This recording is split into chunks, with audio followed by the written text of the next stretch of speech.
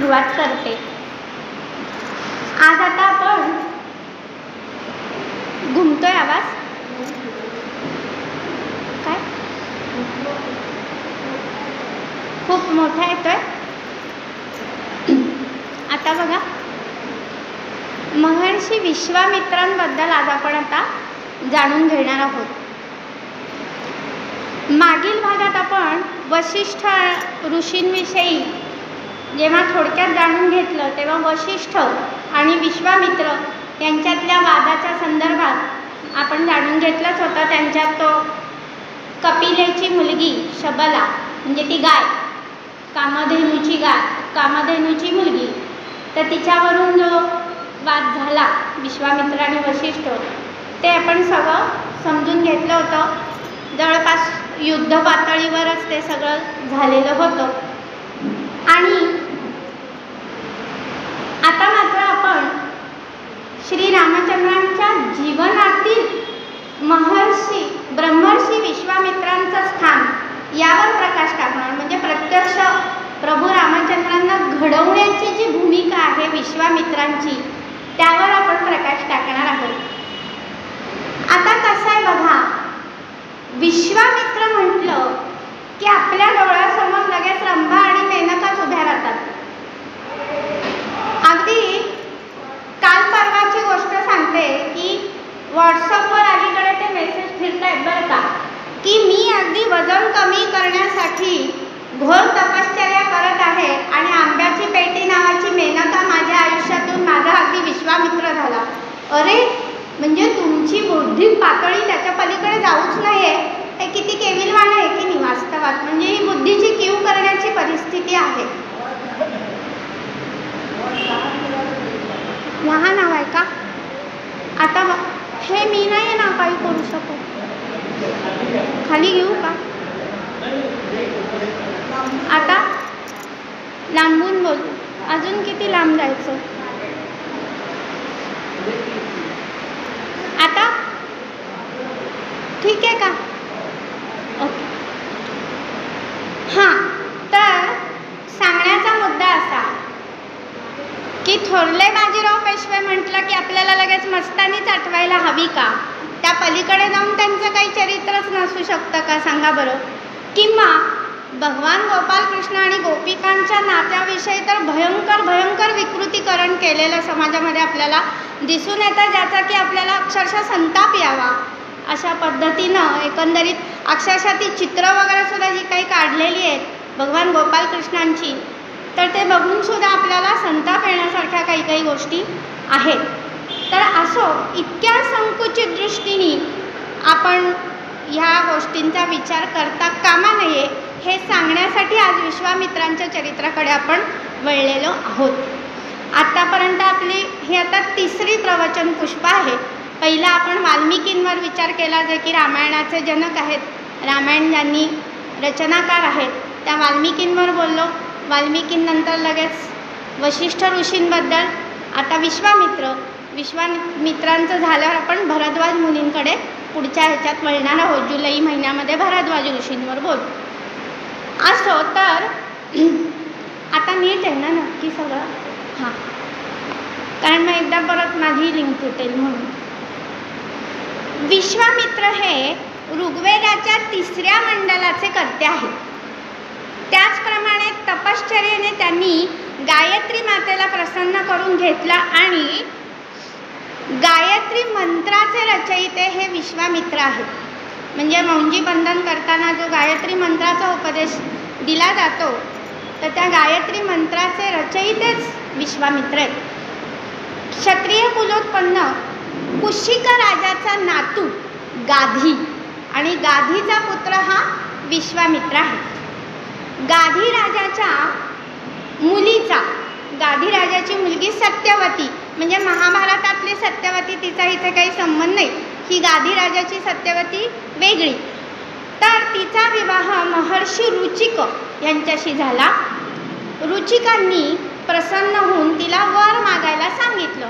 त्या आपल्या पत्नीला सांगितलं, तुझी काही इच्छा मनोकामना असेल तू वर माग. आणि तिने न राहून ही गोष्ट आपल्या आईला सांगितली पटकन, की अगं असं असं माझं नाथ मला म्हणतात की तू वर माग. मग तिनं सांगितलं, म्हणजे आईनं, म्हणजे गाधी राजाच्या पत्नीनं थोडक्यात, की अगं तुझे पती तर खूप महान तपस्वी आहेत, समर्थ आहेत. मग एक काम कर ना, तू असं कर की त्यांच्या कृपेने मला देखील पुत्र लाभ होईल का, असं काही होतंय का बघ, तशी प्रार्थना कर. असं म्हणल्यावर मग सत्यवतीनं रुचिक महर्षींना तशी प्रार्थना केली, म्हणजे की मला देखील पुत्र व्हावा आणि माझ्या मातेची पण अशी इच्छा आहे की तिला देखील एखादं पुत्ररत्न व्हावं. रुचिक गालातल्या गालात हसले आणि म्हणाले, बरं तथास्तु, काही हरकत नाही. आणि मग ते म्हणाले, हे पहा, मी तुझ्याकरता आणि तुझ्या मातेकरता असे 2 चरू तयार करून देतो आणि त्यांच्यातला प्रसाद ग्रहण केल्यावर तुम्हाला गुणवान पुत्र होतील. आता चरू ह्याचा अर्थ काय, तर मातीचा जो कुंभ त्याच्यामध्ये तांदळाचा पायस तयार करून तो समंत्र त्या व्यक्तीला दिला की त्या व्यक्तीची मनोकामना पूर्ण होते, त्याला म्हणायचं चरू. आणि मग हे 2 चरू सत्यवतीने आणले आणि प्रत्यक्षात प्रसाद घेताना झालं असं, सत्यवतीचा दिलेला चरू तिच्या आईने ग्रहण केला आणि आईसाठी म्हणून दिलेला चरू सत्यवतीने ग्रहण केला. आणि ही गोष्ट काही रुचिक ऋषींना ती बोललीच नाही, सत्यवतीने सांगितलं नाही, पण त्यांनी अंतर्ज्ञानाने ते जाणलं की ही अशी काहीतरी गडबड झालेली आहे. आणि मग ते शांतपणे सत्यवतीला म्हणाले, अगं असं कसं काय झालं, कारण कसं आहे सत्यवती, मी तुझ्या चरूमध्ये ब्रह्मतेजाचे मंत्र घातले होते आणि तुझी माता ही क्षत्रिय आहे, त्यामुळे तिच्या चरूमध्ये म्हणजे मी क्षात्रतेजाचे मंत्र घातले होते. आता असं होणार बघ की तुझ्या मातेला ब्रह्मतेजाने युक्त पुत्र होईल आणि आपल्याला क्षात्रतेजाने युक्त असा पुत्र होईल, असं त्यांनी सांगितलं. आणि त्यामुळे बघा की हा गाधी राजाचा पुत्र म्हणजे हे विश्वामित्र, जे पुढे ब्रह्मर्षी झालेत, आणि रुचिकांचा पुत्र म्हणजे जमदग्नी, त्यांच्यामध्ये क्षात्रतेज आहे जमदग्नींमध्ये. तर वशिष्ठ आणि विश्वामित्रांमध्ये कामधेनूची कन्या शबला हिच्यावरून जेव्हा संघर्ष झाला तेव्हा विश्वामित्रांची हार झाली. दिग्बलम क्षत्रिय बलम ब्रह्मतेजो बलम बलम, आपण हे ऐकलं होतं, म्हणजे सांगितलं होतं मी. हे जरी त्यांनी त्या क्षणाला मान्य केलं होतं, पण एक क्षत्रिय कुलोत्पन्न राजा असल्यामुळे सहजासहजी हार मानणं ते काही शक्य नव्हतं त्यांना. मग विश्वामित्र अगदी सुरुवातीला ईर्षेने तपश्चरणासाठी निघून गेले आणि ब्रह्मर्षीच होऊन येतो अशी ईर्ष्या त्यावेळेला विश्वामित्रांना वाटली, म्हणजे ईर्षेने ते तपश्चर्या गेले. आता ब्रह्मर्षी पद प्राप्त करणं ही काही चेष्टेची गोष्ट होती का? गेला बाजारात, घेतला एक 10-20 रुपयाचं ब्रह्मर्षी पद आणि आला निघून, असं नाही आहे ना, इतकं सहज सोपं साधं नाही आहे ते. त्यासाठी काय करावं लागलं, तर सगळ्यात आधी त्यांना राज्याचा त्याग करावा लागला, प्रपंचाचा त्याग करावा लागला आणि सर्वसंग परित्यागी होऊन विश्वामित्रांना इंद्रिय निग्रह करून तपश्चरण करावं लागलं. आता जर विश्वामित्रांचा निग्रह हा सगळ्या त्रैलोक्यालाच माहिती होता, आणि आता गंमत अशी असते बघा, आता पुराणांतरीच्या कथा आहेत. वस्तुतः इंद्र ही वैदिक काळातली देवता आणि पुराणातली देवता यात खूप फरक आहे. इंद्राचं जे आपण म्हणतो ना व्यक्तिचित्रण पुराणांमध्ये आलं आहे, तो कायमच त्याचं आसन डळमळतं आहे म्हणून भेदरलेला वगैरे आपल्याला तो दिसतो. आता इथे कथेमध्ये तो तसाच दिसणार आहे, त्याला मी पण काही करू शकत नाही. तर इंद्राला मात्र आता त्याच्या इंद्रपदाच्या बद्दल जरा काळजी वाटायला लागल्यामुळे कुणीकडून ह्यांची तपश्चर्या पूर्णत्वाला नको जाऊ दे म्हणून इंद्राने प्रयत्न केले आणि आपल्याकडची जी मेनका नावाची अप्सरा तिला या विश्वामित्रांचा तपोभंग करण्यासाठी पाठवलं. म्हणजे असं अजिबात झालेले नाही आहे की मेनकेची एंट्री झाली आणि विश्वामित्र लगेच भाळले, म्हणजे सिनेमात वगैरे दाखवतात तसलं काही बिलकुल घडलेलं नाही. तर ती मेनकासुद्धा थोडी नाही 10 वर्ष विश्वामित्रांबरोबर राहिली आहे, त्यांची तिने एकनिष्ठेने सेवा केलेली आहे. आणि मग खूप प्रयत्नानंतर तिनं शेवटच्या विश्वामित्रांवर भुरळ घातली. मेनकेला शकुंतला ही कन्या झाली. पण मग विश्वामित्रांना प्रचंड पश्चात्ताप झाला आणि पुन्हा तपस्साधनेसाठी ते भारताच्या पूर्व दिशेला निघून गेले. मेनका आपल्या स्वस्थानी म्हणजे स्वर्गलोकी निघून गेली आणि मग या शकुंतलेचा सांभाळ हा कण्व ऋषींनी केला. कामवासनेमुळे पुन्हा पतन झालं आणि म्हणून विश्वामित्रांना पुन्हा कठोर तप आचरावं लागलं. एक थोडा काळ गेला आणि परत इंद्र बेचैन, अस्वस्थ, आता काय करूया बरं. मग त्याने रंभेला आज्ञा दिली की आता तू जा. आता रंभा मात्र मनातनं घाबरली, कारण ते मेनकेच्या बाबतीतलं कळलं होतं ना तिला, मेनकेकडून कळलेलं होतं. पण तो इंद्र हट्टालाच पेटला म्हणून ती आपली बिचारी आली भूलोकावर. आता विश्वामित्र भयंकर सावध होते आणि त्यांना कळलं होतं हे कोण आणि काय करतंय ते. ती रंभासमोर आल्या क्षणीच त्यांनी तिला शाप देऊन टाकला की तू कर्दली होशील. कर्दली भव म्हणजे काय, तर मातीचा पुतळा होऊन जाशील तू, असा शाप दिला आणि ते तिथून निघून गेले. ते स्थानही त्यांनी सोडलं आणि निघून गेले. आता मात्र पुन्हा त्यांना पश्चाताप असा झाला की आधी कामामुळे आणि आता क्रोधामुळे कमावलेलं गमावलं. श्रीमद भगवद्गीतेत म्हणल्याप्रमाणे काम एष क्रोध एष रजोगुण समुद्भवा. काम आणि क्रोधामुळे पुण्याचा क्षय होतो. क्रोध हा क्षणिक आहे, खूप क्षणिक, एका क्षणात राग येतो, कधी कधी तो लगेच जातो, पण क्षणभर येतो परत जातो. पण त्या क्षणभराच्या रागामुळे खूप मोठा धोका हा साधकाच्या दृष्टीने किंवा साधनेच्या दृष्टीने निर्माण होतो. परत आता विश्वामित्र पुन्हा तपश्चर्येला पहिल्यापासून, कारण तिथे काही असं हे नाही आहे की झालं आहे तेवढा आपला पुण्यसंचय झाला आहे मग आता पुढची तपश्चर्या, असं नाही. पुन्हा पहिल्यापासनं असं ते झालं.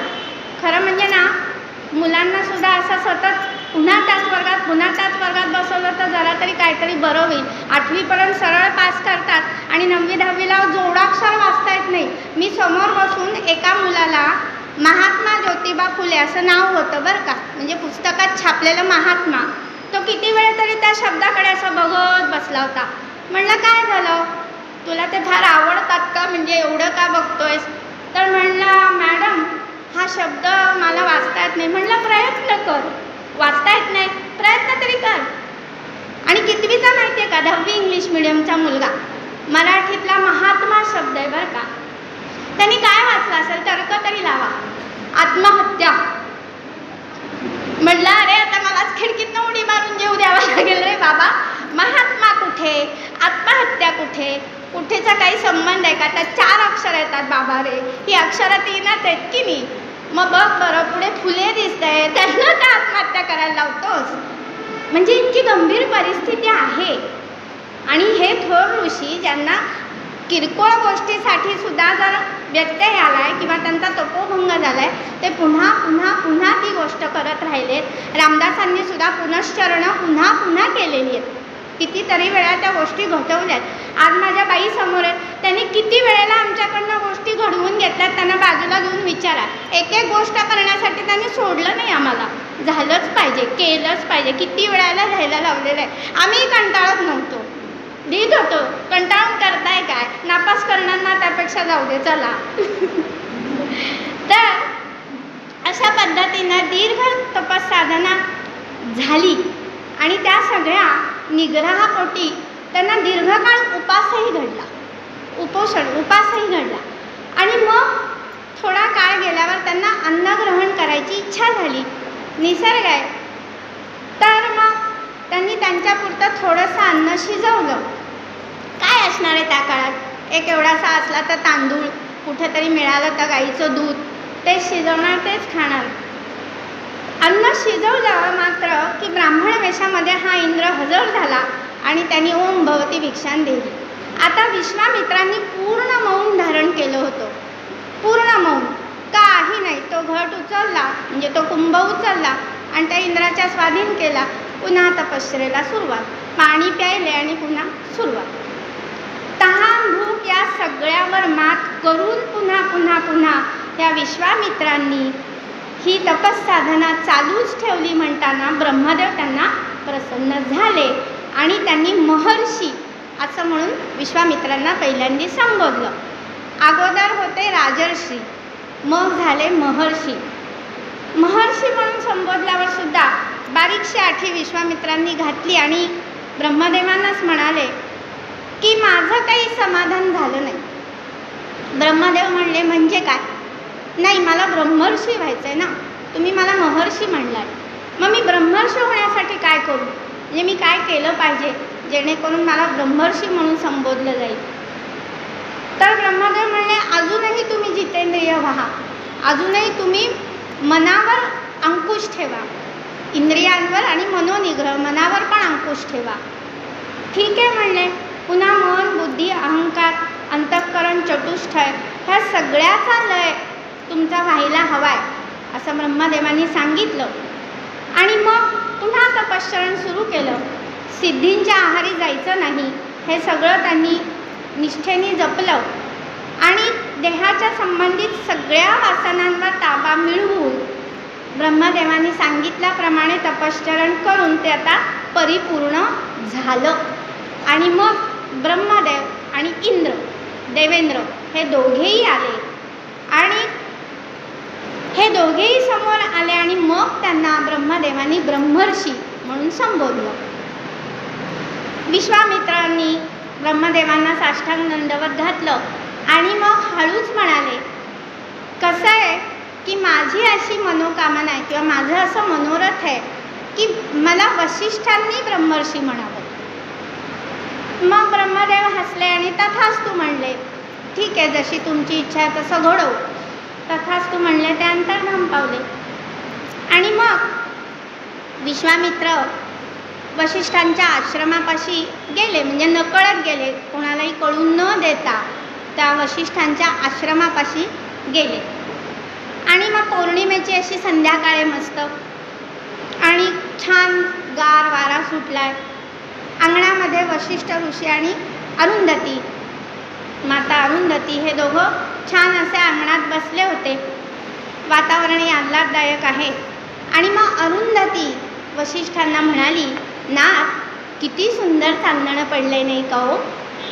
वसिष्ठ म्हणाले, हो ना, अगदी विश्वामित्राच्या तपस्साधनेप्रमाणे प्रसन्न, शीतल, तेजस्वी, जणू काही अगदी अमृत संचय होतोय, अमृताचा वर्षाव होतोय असं हे चांदणं पडले. हे सगळा संवाद दोघांमधला विश्वामित्र दुरून ऐकतायत. ह्या दोघांना माहिती नाही की विश्वामित्र ते ऐकतायत, ते दुरून ऐकतायत. आणि विश्वामित्रांना आश्चर्य वाटलं की माझ्या माघारी माझ्याविषयी वसिष्ठ हे सांगतायत.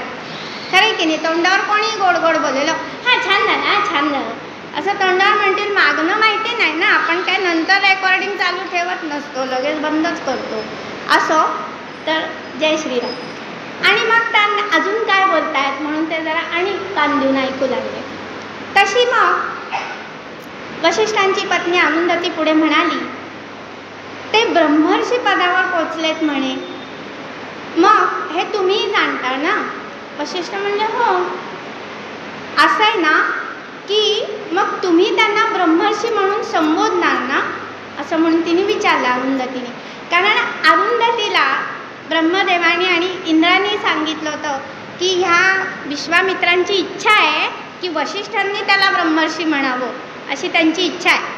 म्हणून अरुंधती गोड बोलून विचारते की मग तुम्ही त्यांना संबोधणार ना ब्रह्मर्षी म्हणून? कोणीकडून एकदाचा त्याचा जीव भांड्यात पडू दे बाबा, असं तिच्या मनाची धारणा. वसिष्ठ हसले गालातल्या, अरे ते त्रिकाल ज्ञानी आहेत, त्यांच्यापासून काय लपणार आहे का? नाही लपणार आहे. ते हसले गालातल्या गालात आणि म्हणाले, हे बघा, कोणी आपल्याला ब्रह्मर्षी म्हणावं अशी अपेक्षाच करणं हेच मुळात ब्रह्मर्षी पदाला कमीपणा आणणारी गोष्ट आहे. निरपेक्षच व्हायला पाहिजे तर तुम्ही ब्रह्मर्षी, तुम्ही अपेक्षा ठेवणंच ते कमीपणा आणणार आहे. आणि ब्रह्मर्षी पद हे स्वयंसिद्ध आहे. ज्या दिवशी विश्वामित्रांच्या मनातली ही भावना सुद्धा नष्ट होईल तेव्हा ते खऱ्या अर्थाने ब्रह्मर्षी असतील. कोणी म्हणून ते ब्रह्मर्षी होणार नाहीत, कोणी नाही म्हणलं म्हणून ते व्हायचे राहणार नाही. हे ऐकलं मात्र तडक धावत ते आले आणि वशिष्ठांना साष्टांग दंडवत घातला. डोळ्यातनं घळाघळा अश्रू वाहिले. वशिष्ठांनी त्यांना घट्ट आलिंगन दिलं आणि म्हणाले, ब्रह्मर्षे, अहो एवढ्या छोट्या छोट्या गोष्टींची कामना का मनात धरता? एवढी घोर तपश्चर्या तुम्ही केली आहे, कोणी म्हणावं म्हणून का केली आहे? तुम्ही आत्मोद्धारासाठी केली आहे, आत्मसन्मानासाठी केली आहे. तुम्ही ब्रह्मर्षी आहातच, स्वतः सिद्ध ब्रह्मर्षी आहात.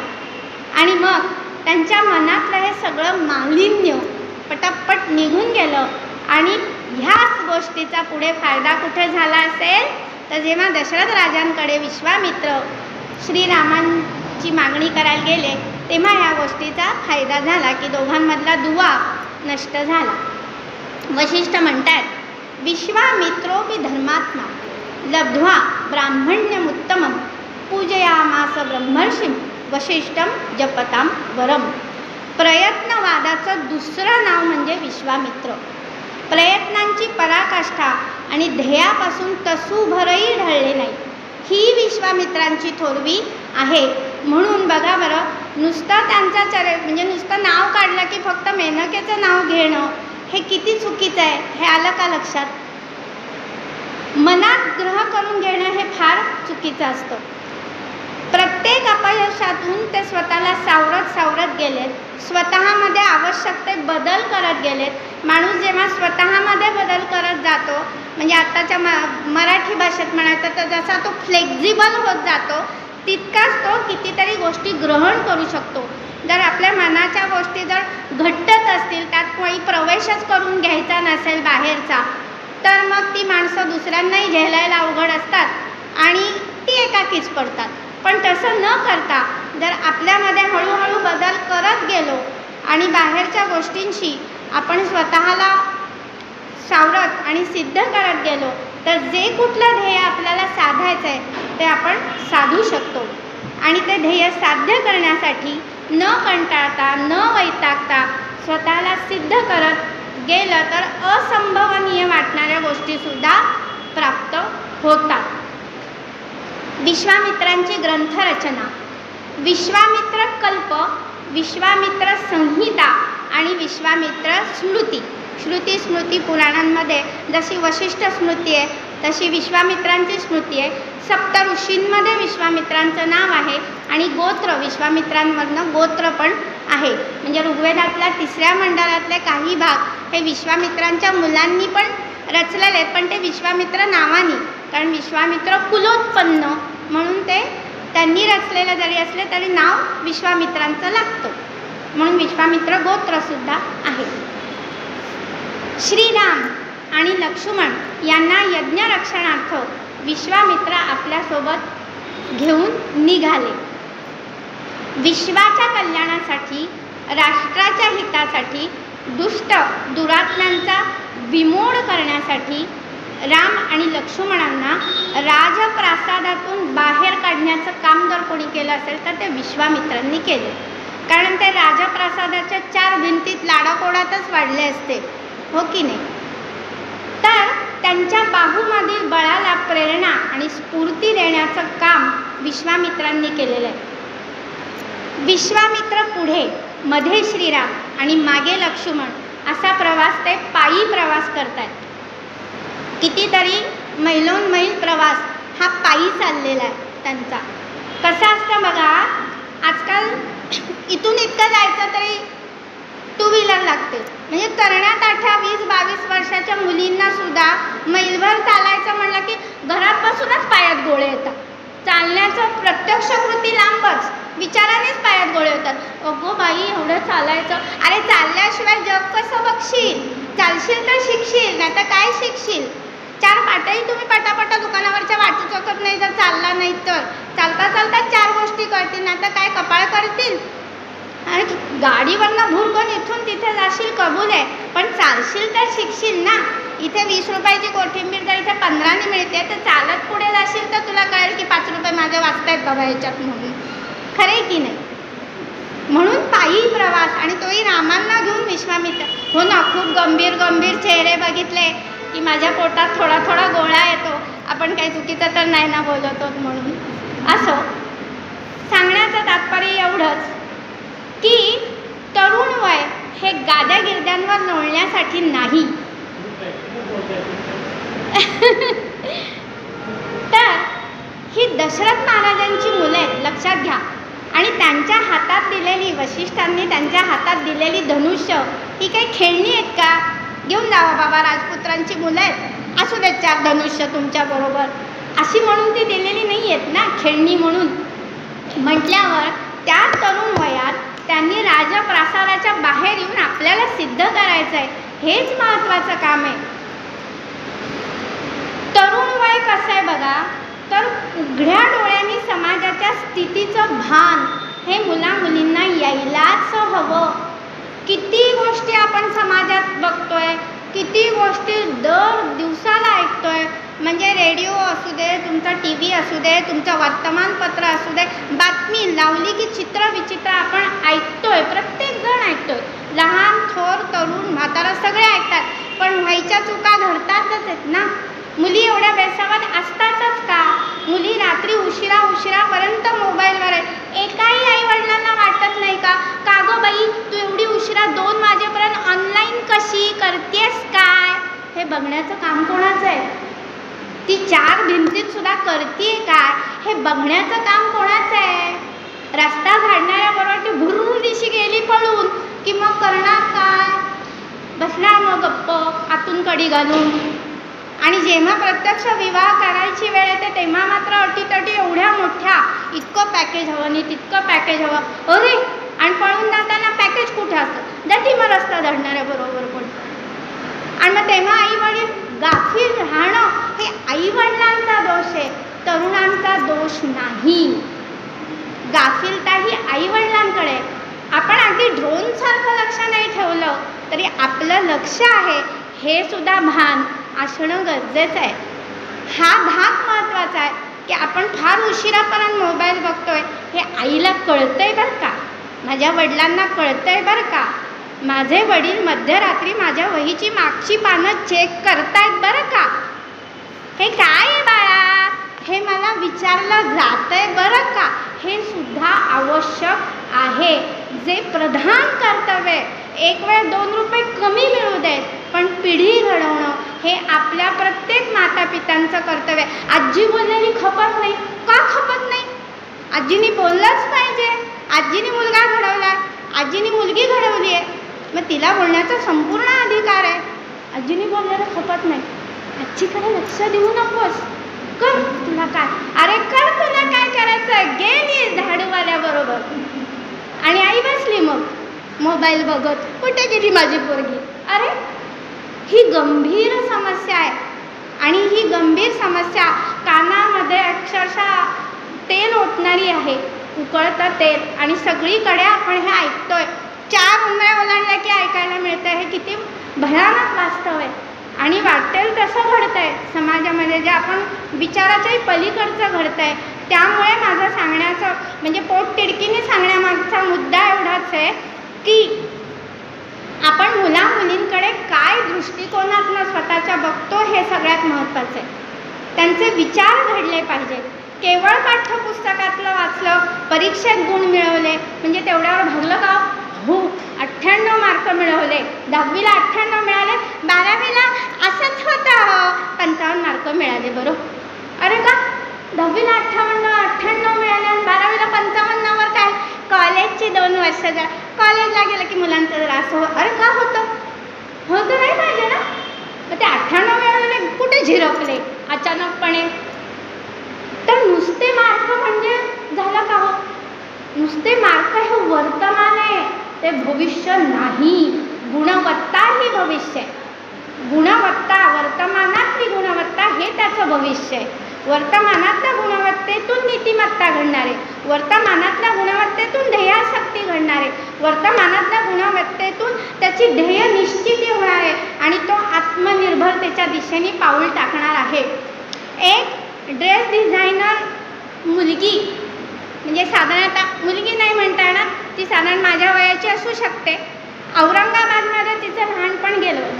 त्या वेळेला म्हणली तिथे काही एवढं म्हणजे काय म्हणतो सोयी सुविधा वगैरे काही नव्हत्या. म्हणजे औरंगाबाद तेव्हा एवढं डेव्हलप शहर नव्हतं. मी आत्ता क्षणभर त्या मुलीचं नाव विसरले. आपल्याला फक्त त्यातला आशय घ्यायचा आहे आणि पुढे जायचं आहे. तर ते डिझायनिंगच्या क्षेत्रात तिला जायचं होतं थोडक्यात. आणि पुण्यामध्ये नातेवाईकांकडे अशी राहायला आली आहे. 12वीला चांगले गुण प्राप्त करून मग ते डिझायनिंगचं डोक्यात पूर्ण ठामपणे तिने घेतलं की मला हेच करायचं आहे. किती चांगले गुण मिळाले असले, मला ते सायन्सला वगैरे म्हणजे लागण लागल्यासारखं जायचं नाही. लोकांना लागणच लागते की मार्क चांगले मिळाले जा सायन्सला. अरे काय जा सायन्सला, त्याची काय इच्छा आहे ते बघ की आधी. मग वडीलही ठीक आहे म्हणाले. आणि मग तिच्या गुणांप्रमाणे तिला गुजरातच्या कॉलेजमध्ये प्रवेश मिळाला.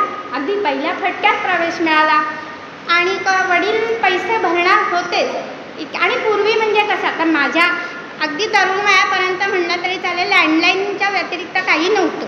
माझ्याच मुळात हातात पहिला बटनाचा मोबाईल आला. तो माझं लग्न ठरलं त्या दिवशी की असू दे, तुम्हाला बोलायचं तर बोला, एवढं स्वातंत्र्य मिळालं घरातून. तर म्हणजे नव्हतंच तर काही. आणि मग ते कुठून तरी त्या वडिलांनी तिच्या पत्र पाठवलं गुजरातमधल्या मित्राला का बाबा रे, माझी मुलगी ना गुजरातमध्ये अशी येणार आहे, अशा ठिकाणी तिला मी प्रवेश घेतो आहे आणि तिला ते डिझायनिंगचं करायचं आहे, काहीतरी 4-5 वर्षाचा आहे कालावधी, तर थोडं तुझंही लक्ष राहू दे. मग त्याला एकदम असं झालं, अरे बापरे, ती इथं येणार आहे वगैरे असं म्हणल्यावर तो ते पत्र मिळता क्षणी तडक औरंगाबादला निघून आला आणि म्हणाला, तुला मी सांगू का बाबा, तू तिला तिथे पाठवू नकोस. का बरं? ते काय तिथे सगळी ती तरुण मुलं ड्रग बिगच्या आहारी गेली आहेत असं मी ऐकून आहे. हां, मी पाहिलेलं नाही, म्हणजे प्रत्यक्ष माहिती नाही, पण मी हे सगळं ऐकून आहे. अरे बापरे म्हणले, हो का? आणि मग पुन्हा ही दोघं जण पुण्याला आले. मग म्हणजे इथल्या पुण्याच्या महाविद्यालयात गेले की ज्यांनी शिफारस दिली होती तिची, तर त्यांच्याचकडे आले आणि मग म्हणाले, अहो तुम्ही म्हणलात खरं, पण माझ्या एका अगदी जवळच्या मित्राने मला हे असं सांगितलं नाही की नका पाठवू वगैरे. मग ते जे तिथले मोठे म्हणजे प्राचार्य पदावरचेच होते, ते हसले आणि म्हणले, एक 5-7 मिनटं तुम्ही बसा, माझ्या हातातलं झालं की मग आपण बोलूया.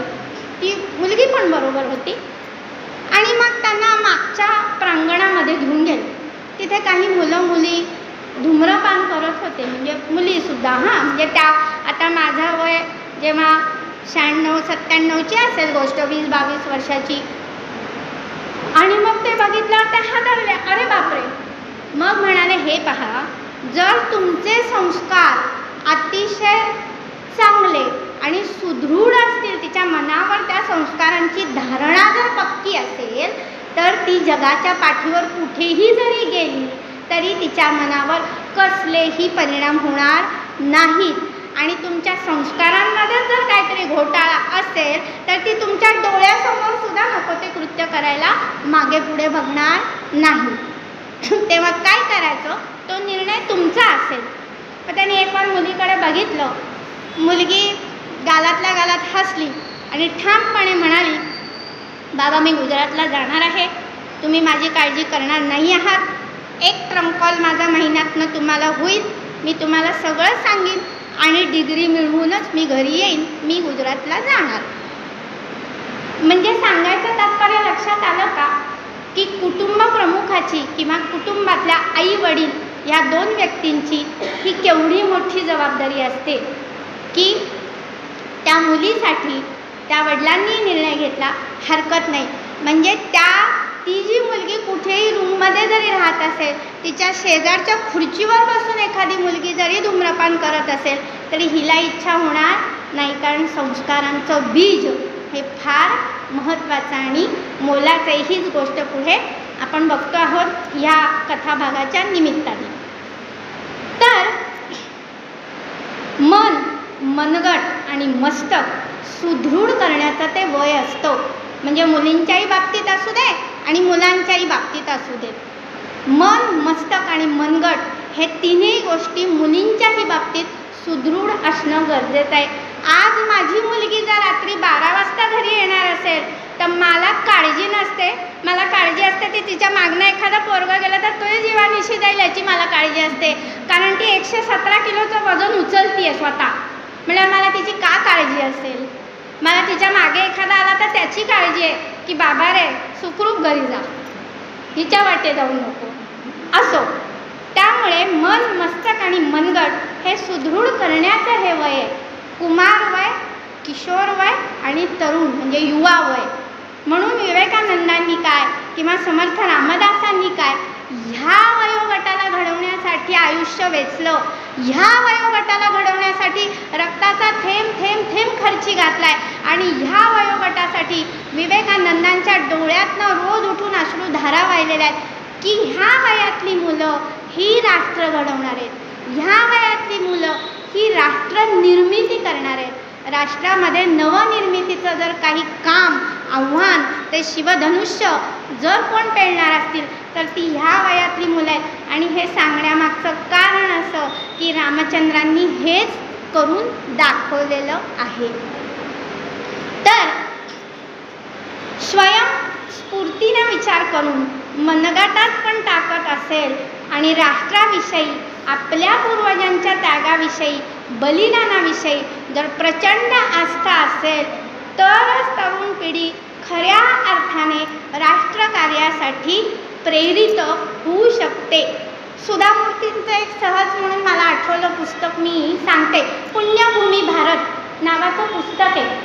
तर तिथे रशियामध्ये म्हणे अशी पद्धत आहे. रशियाची राजधानी मॉस्को ना, बरोबर आहे ना? रशियाची राजधानी मॉस्को आहे ना? मॉस्कोच आहे, असू दे मॉस्कोच असं धरूया आपण. तर तिथे एक खूप मोठं राष्ट्रीय उद्यान आहे मॉस्कोमध्ये, बरं का?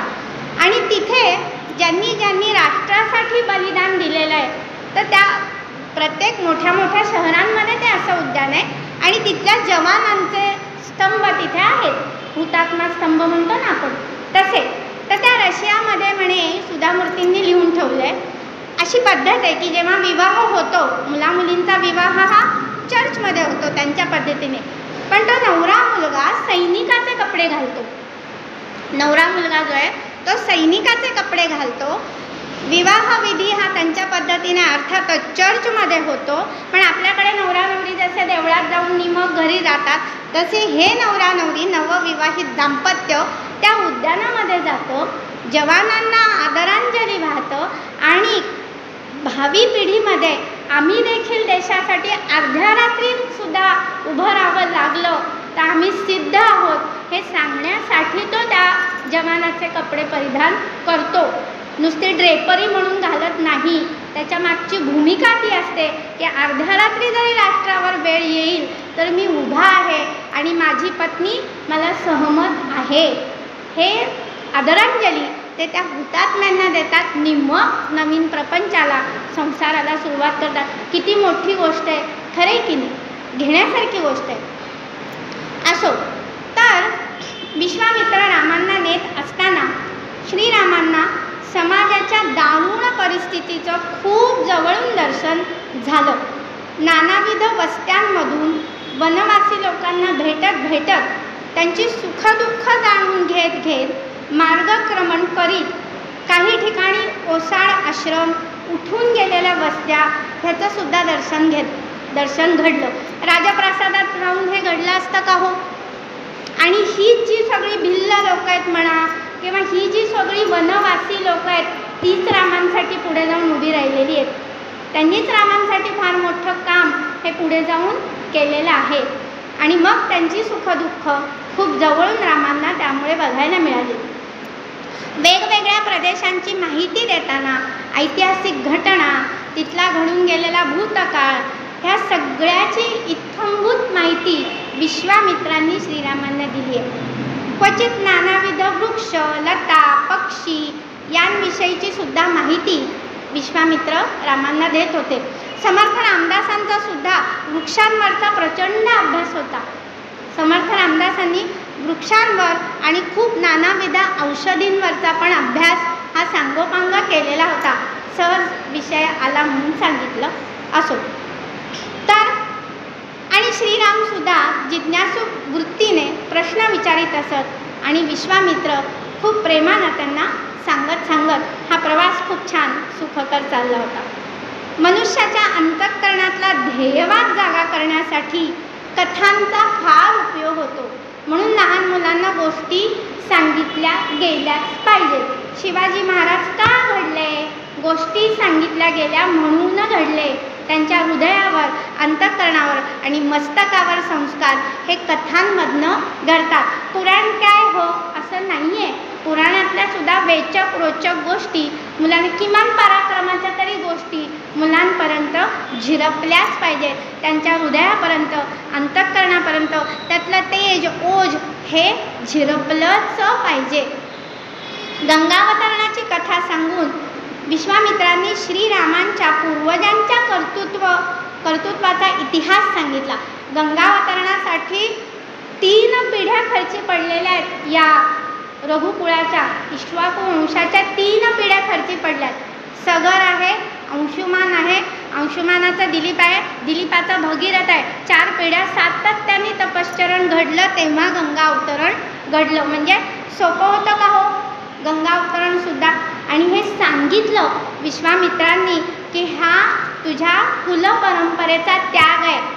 पटकन तुमच्यातल्या घरातल्या एखाद्या मुलाला बाजूला घेऊन आजोबाचं नाव झटकन सांग म्हणलं तर सांगता येतं का बघा?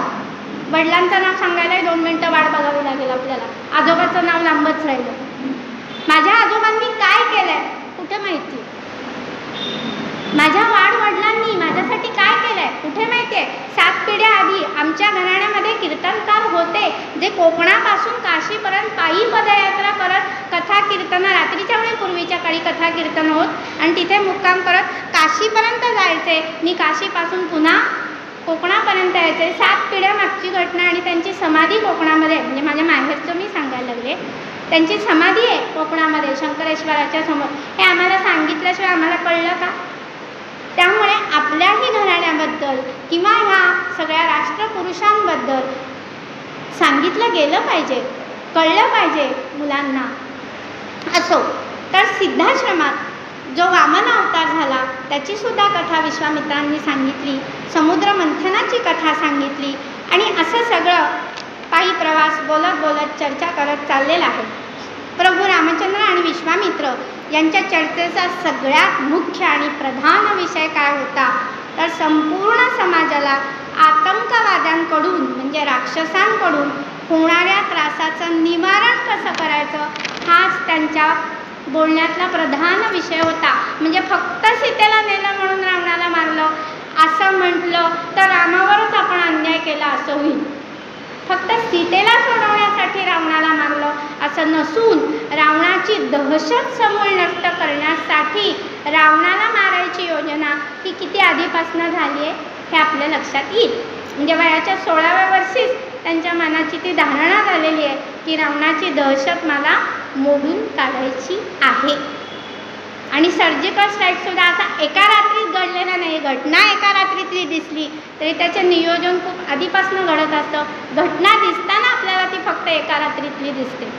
असो तर प्रवासादरम्यान चालून अगदीच कोवळे राजकुमार येतो, 16-17 वर्षाचं वय आहे. मग चालून चालून कधी कधी ती थकत असत दोन्ही मुलं. आणि मग कुठेही रात्री कुठेतरी वृक्षातळी दोघंही झोपून जात असत. आणि मग भल्या पहाटे अतिशय प्रेमाने विश्वामित्र श्रीरामांना उठवत असत. रामेति मधुरां वाणी विश्वामित्रोऽभ्यभाषत उत्तिष्ठ नरशार्दूल कर्तव्यं दैवमान्निकं. उठा बाळांनो, इतक्या प्रेमाने विश्वामित्र हाक मारायची आणि तितक्याच प्रेमाने त्यांनी घडवलं रामलक्ष्मणांना. विश्वामित्रांनी आता त्यांना बला अतिबला ह्या विद्या दिलेल्या आहेत. म्हणजे आता प्रत्यक्षपणे पराक्रमाला सुरुवात करायची आहे तेव्हाच त्यांनी बला आणि अतिबला ह्या 2 अत्यंत दुर्लभ अशा विद्या विश्वामित्रांनी त्यांना दिल्या. युद्धामध्ये 3 गोष्टी परिणाम करतात. पहिली म्हणजे भूक, तहान आणि झोप. ह्या 3 गोष्टींमुळे युद्धावर परिणाम होतो. आणि त्या 3 गोष्टींवर जर विजय मिळवला तर युद्ध आपण बरेच दिवस आणि सातत्याने सामर्थ्याने लढू शकतो. म्हणून विश्वामित्रांनी या बला आणि अतिबला ह्या विद्या दिल्या. तर या विद्यांचे एकूण 9 लाभ वाल्मिकी रामायणामध्ये सविस्तरपणे वाल्मिकींनी त्याचं वर्णन केलं आहे. हे 9 लाभ काय आहेत तर कितीही श्रम केले तरी व्यक्ती थकून जाणार नाही, तिला कधीही ज्वर होणार नाही. हे त्या विद्येचं वैशिष्ट्य आहे. शरीराला निस्तेजता येणार नाही, नेहमी तेजस्वी आणि उत्साही राहील. म्हणजे नुसतं ग्लुकॉन-डी घेऊन काही माणसं उत्साही राहत नाही. ग्लुकॉन-डीचा असर उतरला की पडले परत मला टाकून. तर ह्या विद्यांमुळे ते घडणार नाही, सतत उत्साही राहतील. बेसावतपणे कोणी तुमच्यावर हल्ला करणार नाही, की त्या विद्येचा तो लाभ आहे. तुमचे बाहुबल सर्वाहून अधिक होईल. भाग्य, दक्षता, ज्ञान, निर्णायक बुद्धी, समयोचित उत्तर देणे यात कोणीच तुमची बरोबरी करू शकणार नाही. तहान भुकेने व्याकुळता येणार नाही. पृथ्वीवर तुमचं यश वाढेल. बला, अतिबला या 2 विद्या सर्व ज्ञानांचं मूळ उत्पत्ती स्थान आहे. अर्थात या 2 विद्या आल्या म्हणजे बुद्धी तीव्र होते आणि सर्व विद्या सहजच हस्तगत होतात, असं विश्वामित्र म्हणतात. कारण या दोन्ही विद्या ब्रह्मदेवांनी विश्वामित्रांना प्रदान केल्या आणि मग पुढे विश्वामित्रांनी रामलक्ष्मणांना दिलेल्या आहेत आणि त्या तेजस्विता वाढवणार आहेत. रामलक्ष्मणांवर विश्वामित्र संतुष्ट होते आणि म्हणून त्यांनी आपल्या जवळची देवदुर्लभ अशी 55 अस्त्रशस्त्र आणि त्याचं उपसंहार ते देखील रामलक्ष्मणांना दिले. म्हणजे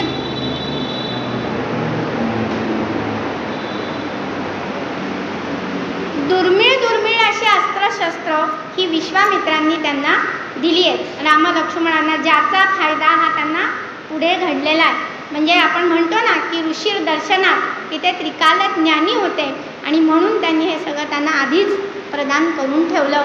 आणि पुढे बोलण्याच्या ओघात एकदा विश्वामित्र त्यांना म्हटले पण आहे की तू जेव्हा कधी दक्षिणेकडे जर जाशील रामा, आधीपासून काही सांगितलं नाही, फक्त एक आपण मोघम बोलतो ना तसं बोललेत की जेव्हा कधी तू दक्षिणेकडे जाशील तेव्हा अगस्तींना जरूर भेट. मी तर तुला एवढं सगळं अस्त्रशस्त्रांनी संपन्न केलंच आहे, पण माझ्याही पुढचं पाऊल म्हणजे अगस्ती आहेत, तेव्हा तू अगस्तींना जरूर भेट, असं मोघम विश्वामित्रांनी सांगून ठेवलेलं होतं. जेव्हा आपण अगस्ती बघू, बापरे, अगस्ती हा जो विषय आहे ना तो एवढा मोठा आहे, तुम्हाला सांगू मला अख्खे 2 दिवस लागतील एकटे अगस्ती सांगायला. म्हणजे त्यांचं महात्म्य केवढं थोर असेल की एक अगस्ती बोलायचं तर मला 2 दिवस नक्की लागतील, एवढे त्या अगस्तींचं सामर्थ्य आणि आहेच म्हणजे मोठेपण. आता सगळ्यात आधी तर ताटिकेचा वध केला. विश्वामित्रांच्या सांगण्यावरून रामचंद्रांनी ताटिकेचा वध केला आणि मग हे सगळेजण सिद्धाश्रमात आलेले आहेत. आपले हे गोविंदगिरीजी महाराज म्हणजे किशोरजी व्यासांनी सांगितलं की सिद्धाश्रम म्हणजे आत्ताच्या काळातला कुठे आहे माहिती आहे का, तर उत्तर प्रदेशातला छपरा हा जिल्हा, ह्या छपरा या जिल्ह्यामध्ये तो सिद्धाश्रम होता. आता हा जो जिल्हा आहे उत्तर प्रदेशातला त्याचं पूर्ण एक टोक म्हणजे अयोध्या आहे आणि दुसरं टोक म्हणजे जनक नगरी किंवा मिथिला नगरी आहे आणि हे मध्ये सिद्धाश्रम बरोबर ज्याला आपण म्हणू सेंटर मध्ये सिद्धाश्रम आहे. म्हणजे सांगायचं तात्पर्य काय आहे की दोन्हीकडे अत्यंत तुल्यबळ खरं म्हणजे राजे आहेत. इकडे महाराज दशरथ आहेत, इकडे महाराज जनक आहेत, पण तरीही विशेष आश्चर्याची गोष्ट अशी आहे की महर्षी विश्वामित्रांना साधा 6 दिवसाचा यज्ञसुद्धा पूर्ण करता येऊ नये ही त्या काळातली अत्यंत गंभीर समस्या आहे की राक्षसांनी एवढा उत्माद घातला आहे की 6 दिवसाचा साधा त्यांना यज्ञसुद्धा पूर्ण करता येत नव्हता आणि म्हणून त्यांना हे तरुण रक्त स्वतःबरोबर हवं होतं. सिद्धाश्रमात विश्वामित्रांचा यज्ञ सुरू असताना श्रीराम लक्ष्मणांनी अहोरात्र खडा पहारा दिला आणि पूर्णाहुतीच्या वेळी सुबाहू आणि मारीच यांच्यासारख्या अत्यंत बलाढ्य अशा राक्षसांना शह दिला. त्यात सुबाहू तर मारलाच गेला आणि मारीचाला रामचंद्रांनी असा बाण मारला की तो कोसो दूर एकदम समुद्रात जाऊनच फेकला गेला. म्हणजे दंडकारण्याच्याही पुढे समुद्रामध्ये तो फेकला गेला आणि मजल दर मजल करत तो दंडकारण्यापाशी येऊन राहिला. मारीच हा रावणाचा मामा आहे नात्याने. असो, तर पुढे मिथिलेला महाराज जनक यज्ञ करणार होते. मोठा यज्ञ होता आणि त्या यज्ञासाठी म्हणून आमंत्रण, त्या सगळ्या मोठ्या मोठ्या ऋषींना देखील आमंत्रण होतं. त्याप्रमाणे विश्वामित्रांकडे सुद्धा तो लखोटा आला आहे आमंत्रणाचा. आणि मग सगळे विश्वामित्रांचे सगळे शिष्य आणि इतर ऋषी सगळे म्हणले, चला राघवा चला, पहा या जनकाची मिथिला. आणि मिथिलेकडे जाताना पुन्हा अहिल्याचा उद्धार झालेला आहे. आपल्याकडे भयंकर गंभीर अशी चूक अहिल्या उद्धाराच्या बाबतीत आपण करतो म्हणजे अशी चूक करतो की ती शिळा होऊन पडली आहे. शिळा सदृश्य म्हणलेलं आहे. शिळा म्हणजे प्रत्यक्ष असा दगड नव्हे. शिळा सदृश्य याचा अर्थ काय की तिच्या सगळ्या चेतना निघून गेलेल्या आहेत आणि ती इतकी तपश्चर्यामध्ये घडून गेली आहे की ती शिळा सदृश्य झाली आहे. आणि असं म्हणलं जातं की त्या शिळेला रामांनी पदस्पर्श केला. अहो, साधा तर्क वापरा की ऋषी पत्नी आहेत, भले ती अगदी तुमच्या भाषेत शिळा झाली असली, रामचंद्र ऋषी पत्नीला पाय लावतील का? मुळातच ते तसं करणार नाही. आणि त्या आश्रमामध्ये रामचंद्र गेलेत. हळुवारपणे तिचे दोन्ही हात आपल्या हातामध्ये घेतलेत.